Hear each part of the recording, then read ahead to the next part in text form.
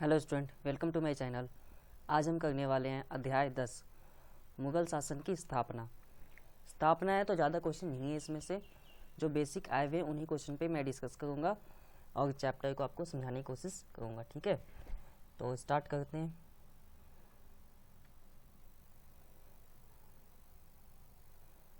ये है हमारा पैटर्न कि आपके पेपर में जो क्वेश्चन आते हैं 10 नंबर के, 4 नंबर के, 2 नंबर का और एक 10 नंबर का मैप होगा। ठीक है, कुल 18 क्वेश्चन होंगे, नंबर 100 और जो टाइमिंग होती है वो 3 घंटे की ही टाइमिंग होती है। ठीक है, वर्ड लिमिट होती है 10 नंबर में 200 वर्ड की लिमिट है, 4 नंबर में 80 वर्ड की लिमिट है और 2 नंबर में 20 वर्ड की। पर आप लिमिटेशन से ज़्यादा वर्ड कर सकते हैं। 200 में आप 250 तक लिख सकते हैं, 80 में आप 120-30 तक लिख सकते हैं और 20 में आप लिख सकते हैं 35 तक। ठीक है, बस जितने लिमिटेशन उसका डबल नहीं करना है, ये आपने ध्यान रखना, उससे थोड़ा कम रख सकते हैं। तो एक बार फिर से देखते हैं अध्याय 10 मुगल शासन की स्थापना। पहला क्वेश्चन देखते हैं, 4 नंबर में है और 2015 में आया हुआ है। राजपूतों के प्रति औरंगजेब की नीति अकबर की नीति से किस प्रकार भिन्न थी? अकबर ऑलरेडी आप जान चुके हैं होंगे या आपने सुना भी होगा कि अकबर जो था वो एक समाज को एकत्रित करने वाला व्यक्ति था, और वहीं औरंगजेब जो था वो एक सिद्धांत पर, इस्लामिक सिद्धांत पर चलने वाला व्यक्ति। तो दोनों के व्यक्तित्व तो अलग हैं, तो नीति भी अलग ही होगा। ठीक है, अब देखते हैं क्वेश्चन है क्या, आंसर क्या बनते हैं। औरंगजेब के आधुनिक मुगल साम्राज्य ने अधिकतम प्रादेशिक सीमा तक अपनी पहुंच बना ली थी और लगभग आधुनिक भारत कहे जाने वाले संपूर्ण क्षेत्र को जीत लिया। ये अकबर की, औरंगजेब की बात हो रही है, लेकिन औरंगजेब की प्रॉब्लम थी। अब उसकी दिक्कतें क्या थी, मुश्किलें क्या थी? वो थी जाटों, सतनामियों, अफगानियों, सिखों और मराठों की आम बगावत से वो परेशान थे, क्योंकि औरंगजेब की जितनी शासन थी उनमें ये सभी एरिया मिलाना चाह रहा था औरंगजेब, लेकिन ये राजी ही नहीं थे। तो इससे आए दिन युद्ध जैसी स्थिति बन रही थी और समस्या क्रिएट हो रही थी। ठीक है, अकबर के अधीन राजपूत मुगलों की सहायता के एक महत्वपूर्ण आधार की तरह उभरे और बाद में जहांगीर और शाहजहां के भी अधीन। ठीक है, परंतु औरंगजेब के अधीन उन्होंने खुद को पराया अनुभव करना शुरू कर दिया और धीरे धीरे प्रशासनिक ढांचे में उन्होंने अपना स्थान भी खो दिया। यहाँ बात हो रही है औरंगजेब की। इस प्रकार हम यह कह सकते हैं कि राजपूतों के प्रति औरंगजेब की नीति अकबर की नीति से भिन्न थी। यहाँ पे एक लाइन आप ऐड कर सकते हैं कि औरंगजेब जो था वो इस्लामिक नीति पर चलने वाला था, इसलिए उसे क्रूर राजा कहते थे, और यही कारण है कि राजपूतों ने अपने आप को औरंगजेब के समय पराया समझना शुरू कर दिया था। अब देखते हैं क्वेश्चन नंबर 2। ठीक है, दूसरा क्वेश्चन ये और आया हुआ है 10 नंबर में और 2015 में। यहाँ आपसे पूछा क्या गया, अकबर तथा जहांगीर के शासनकाल के दौरान मुगल वास्तुकला के उद्भव हुई नई शैलियों पर चर्चा कीजिए।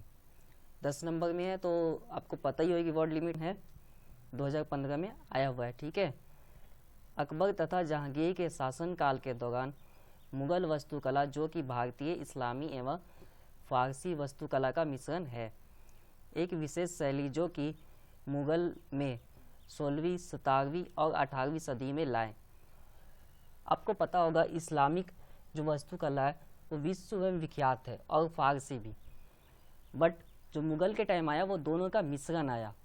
ठीक है, जो इन दोनों से बेटर था अपने आप में ही। मुगल वास्तुकला का चरम है ताजमहल। चरम कह सकते हो, ये कहते हो सबसे बड़ा एग्जाम्पल बोलते हैं ना, तो वो है ताजमहल।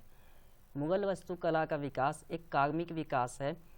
ठीक है, विकास की बात होगी यहाँ पे, सबसे बड़ा विकास माना जाता है मुगलों के टाइम में। किसकी? वास्तुकला की, क्योंकि शासन भी इन्होंने ज़्यादा किए हैं बाकी राजाओं से। ठीक है, शाहजहां के काल को मुगल वास्तुकला का स्वर्णकाल कहा जाता है, क्योंकि सबसे ज़्यादा चीज़ें मुग़ल काल में शाहजहाँ ने बनवाई है। बट हमसे अकबर और जहांगीर पूछा गया तो हम बस उन्हीं पे बात करेंगे। अकबर के समय चित्रकला के मुख्य दो विषय थे। दरबार की प्रतिदिन की घटनाओं का चित्रण, वो था आपका अकबरनामा एग्जाम्पल, ठीक है, जो इंडिया में अभी नहीं है, ठीक है, वो है लंदन के म्यूज़ियम में है अकबरनामा आज के टाइम। छवि चित्रण, ये दो चीज़ें अकबर के टाइम सबसे ज़्यादा फेमस थी और इसका विख्यात भी हुआ है। और जो इसकी आपकी बोला गया है ना वस्तुकला, तो इसमें अकबर का उतनी ही नहीं थी, बस चित्र पे थे थोड़ा ध्यान, इसलिए अकबर के टाइम भी काम हुए हैं। जहांगीर के शासनकाल के दौरान मुग़ल चित्रकला ने पराकाष्ठ को प्राप्त किया। यहाँ पे आपसे पूछा गया है, जहांगीर स्वयं एक महान चित्रकार एवं कला का परखी था। जहांगीर खुद ही एक कलाकार था, इसलिए उसे कलाकारी समझ आ रही थी, ठीक है। जहांगीर के समय चित्रकला की मुग़ल शैली पारसी भाव से मुक्त हो गई। इस समय कलाकारों ने नए नीले और लाल जैसे जीवंत रंगों का उपयोग करना आरंभ कर दिया और धीरे धीरे त्रिमय प्रभाव देने में सक्षम हो गए। त्रिमय का मतलब होता है अब तीसरे रंग को भी इन्होंने इन्वेंशन कर लिया, लाल और नीले को मिक्स करके। जहांगीर प्राकृतिक प्रेमी था, तो इसलिए यहाँ पे हमने सीधा 2 लाइन में लिख दिया है कि जहांगीर के टाइम पेड़ पौधे इन सब की पिक्चर की शैलियाँ मिली है। जहांगीर के समय में छवि चित्रण की तुलना में पांडुलिपि चित्रण का महत्व कम हो गया। छवि चित्र कॉमिक को कहते हैं, ठीक है, कॉमिक को छवि चित्र कहते हैं, और पांडुलिपि तो नॉर्मली टेक्स्ट बुक को आप कह सकते हो, क्योंकि जैसा आपका टेक्स्ट बुक होता है वैसे ही पांडुलिपि भी होता है। तुजुक ए जहांगीरी ही एकमात्र पांडुलिपि चित्र का उदाहरण है। ये ऐसा पांडुलिपि है जिसमें पिक्चर ज़्यादा है, वर्डिंग कम है, ठीक है। जहांगीर के समय मुग़ल चित्रकला में यूरोपीय चित्रकला शैली का प्रभाव और गहरा हो गया, जो कि अकबर काल से शुरू हुई थी, ठीक है। तो आपका ऑलरेडी ये भी क्वेश्चन कंप्लीट है। अब देखते हैं आपका तीसरा क्वेश्चन क्या है। तो 2 क्वेश्चन कंप्लीट हो चुके हैं, अब हम देखते हैं तीसरा क्वेश्चन। अब यहाँ पे आपको 4 नंबर में और 2011 में ये क्वेश्चन आया हुआ है। अपने राज्य में लोगों को एकत्रित रखने में अकबर की भूमिका की व्याख्या कीजिए। तो राजा कोई भी हो, अगर समाज को या लोगों को एकत्रित करना है तो उसमें 2 ही आपकी आएगी पॉलिसी, 2 नियम लागू हो जाएंगे। एक तो सभी धर्मों को, सभी वर्गों को समान अधिकार दे दो, तो आप एकत्रित कर सकते हो। दूसरा, वो क्या कहते हैं, क्या प्रॉब्लम है, उनकी सॉल्व कर दो। तो इन्हीं 2 कंडीशंस पे आप सॉल्व कर सकते हैं या एकत्रित कर सकते हैं। अब देखते हैं इस आंसर में क्या प्रेजेंटिंग करना है, ठीक है। आंसर के अकॉर्डिंग देखते हैं आप। अकबर ने बहुत ही व्यवस्थित नीति से समाज को फैलाने का काम शुरू कर दिया। बैगम खान को बर्खास्त करने के बाद अकबर का पहला कदम था अपने अपेक्षा अभिजात वर्ग से संघर्ष समाप्त करना। बैगम खान ऐसा सैनिक था जो युद्ध में हारता ही नहीं था, फिर भी अकबर ने उसे बर्खास्त किया। क्यों? क्योंकि उसकी पॉलिसी थी कि सभी धर्म एक धर्म के होने चाहिए, ठीक है। वो बाकी गैर मुस्लिम पे वो थोपते थे रूल, बैगम खान की ये पॉलिसी थी, ठीक है। इसलिए अकबर ने इन्हें बर्खास्त किया। तब अकबर की एज 16-17 साल होगी, ठीक है। इसके नियंत्रण के लिए अत्यंत कूटनीति कौशल और संगठनात्मक योग्यताओं का प्रदर्शन किया। ये अकबर की बात हुई है। अपनी विस्तार की नीति की शुरुआत उसने मध्य भारत से की। 1559 से 60 में अकबर ने अपने पहले अभियान दल को मालवा की तरफ बढ़ने से पूर्व ग्वालियर को जीतने के लिए भेज दिया। अब यहाँ थोड़ी सी स्टोरी बताई जा रही है 2 लाइनों में कि अकबर ने कैसे स्टार्ट की एकत्रित करने की नीति। पहला काम था बैगम खान को बर्खास्त हटाना। दूसरा क्या था? कौशल कूटनीति अप्लाई करना। तीसरा, या उस नीति को अप्लाई कहाँ कहाँ किया। मध्य भारत ग्वालियर को जीतने के बाद। मध्य भारत में मालवा पर उस समय बाज बहादुर का शासन था। बाज बहादुर, यहाँ बहादुर है, ठीक है, यहाँ चेंज कर लेना अपने। बाज बहादुर और बुरहानपुर की तरफ भाग गया। तो अब आपको पता लग गया कि अकबर यहाँ भी जीत चुका था, क्योंकि बाज बहादुर तो भाग गया, ठीक है। शाह की विधवा रानी दुर्गावती द्वारा शासित मध्य भारत स्वतंत्र था। अब यहाँ पे कोई और आया, वो था अगला शासक शाह की रानी दुर्गावती, लेकिन ये साम्राज्य भी अकबर के अधीन हो गया। तो एकत्रित करने की पॉलिसी स्ट्रांग थी और उस पर काम भी सही से हुआ, इसीलिए एकत्रित हो पाया, जिसे जीतने के बाद अकबर ने अपने साम्राज्य में शामिल कर लिया। समाज नहीं, साम्राज्य है, ठीक है। अब देखते हैं आपका लास्ट क्वेश्चन, क्वेश्चन नंबर 2 2012 में। यहाँ आपसे बहुत इंपॉर्टेंट क्वेश्चन है ये। बाबर का भारत आगमन 1526 महत्वपूर्ण क्यों माना जाता है? तो भाई ना बाबर आता ना मुगल शासन की स्थापना होती, इसलिए महत्वपूर्ण माना जाता है, क्योंकि मुगल शासन को स्थापित करने वाला व्यक्ति बाबर था, ठीक है। सन 1526 में बाबर और इब्राहिम लोदी के बीच हुए पानीपत युद्ध में बाबर विजयी हुआ। इस प्रकार मुगल शासन की बाबर ने नींव डाली, ठीक है। सबसे पहले आगरा दिल्ली पर कब्जा कर लिया। भारत में मुगल शासन इस प्रकार स्थापित हुए।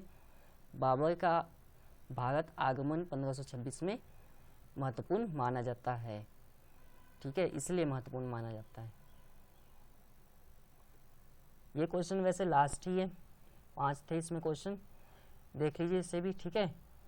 4 ही थी, फिर मैंने एक ऐड किए इसमें ताकि आपकी प्रैक्टिस अच्छे से हो जाए और मार्क्स आप अटेम्प्ट कर सकें, ठीक है। 10 नंबर में क्वेश्चन है, ये क्वेश्चन आया है 2015 में।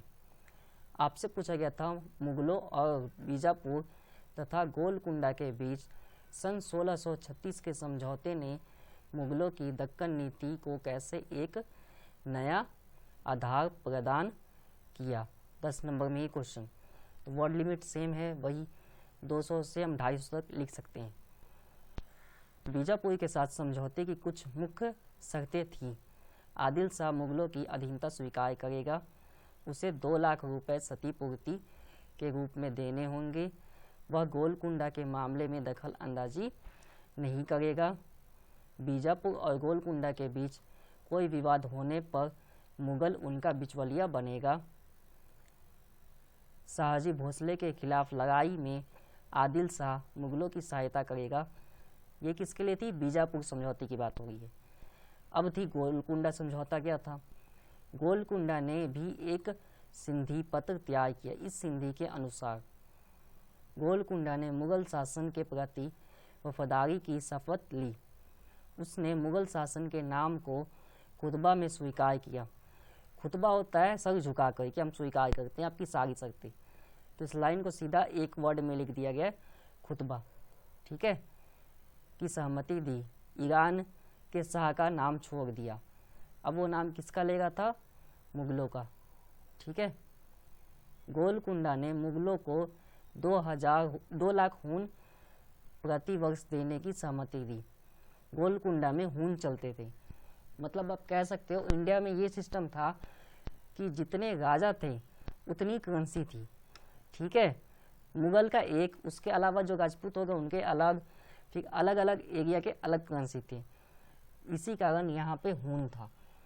इस समझौते से दक्कन में लड़ाइयों का अंत हो गया। अब मुगल अपना अधिकार क्षेत्र दक्षिण भारत के अधिकांश क्षेत्र तक फैलाने में कामयाब हो सके। यहीं तक लिखना है, ठीक है। अगर आप चाहें तो ये 2 लाइन छोड़ सकते हैं एंड की। ये एंडिंग की है कि जो शर्तें हुई थी उससे नया आयाम तो हो गया, नए रूप आ गए, बट प्रॉब्लम एक और आ गई कि इस शर्तों को चेंज करने की कोशिश की गई ना मानने वाली। तब मुगलों ने क्या तब्दीली की? शाहजहां के सभी प्रदेशों को जीतकर मुगल साम्राज्य में जोड़ने का आदेश दिया गया, सीधा ही 1656 में, कि अब चलो सबको एक कर ही दो, ठीक है। तो आपके सभी क्वेश्चंस कंप्लीट हो चुके हैं। अगर फिर भी आपको कोई डाउट हो, कुछ क्वेश्चन नहीं समझ में आए या आपको कुछ पूछना है तो आप कमेंट बॉक्स में बता सकते हैं, ठीक है। और अगर वीडियो अच्छे लगे तो लाइक से सब्सक्राइब कीजिए। अगले वीडियो मिलेंगे, धन्यवाद।